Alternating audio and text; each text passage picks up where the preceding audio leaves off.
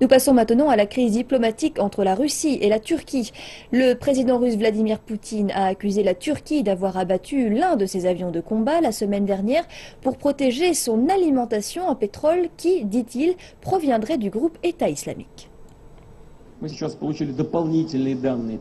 venons tout juste de recevoir des informations à l'effet que d'importantes quantités de pétrole, à une échelle industrielle, venant des centres de production contrôlés par l'État islamique et d'autres organisations terroristes, sont entrés en Turquie. Et nous avons toutes les raisons de croire que la décision d'abattre notre avion a été dictée par le besoin d'assurer la sécurité des lignes d'approvisionnement.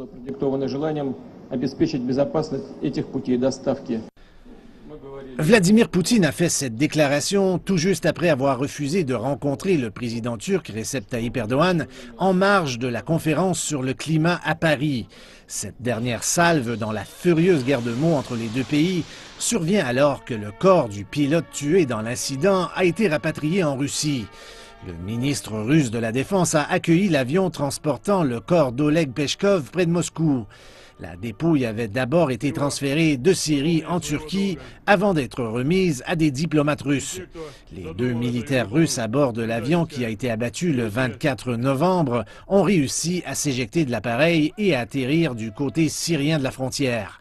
Le ministre russe de la Défense a expliqué que Peshkov a été abattu par des coups de feu une fois sur la terre ferme. L'autre pilote, Konstantin Mourakhtin, a été secouru par les forces spéciales russes et syriennes.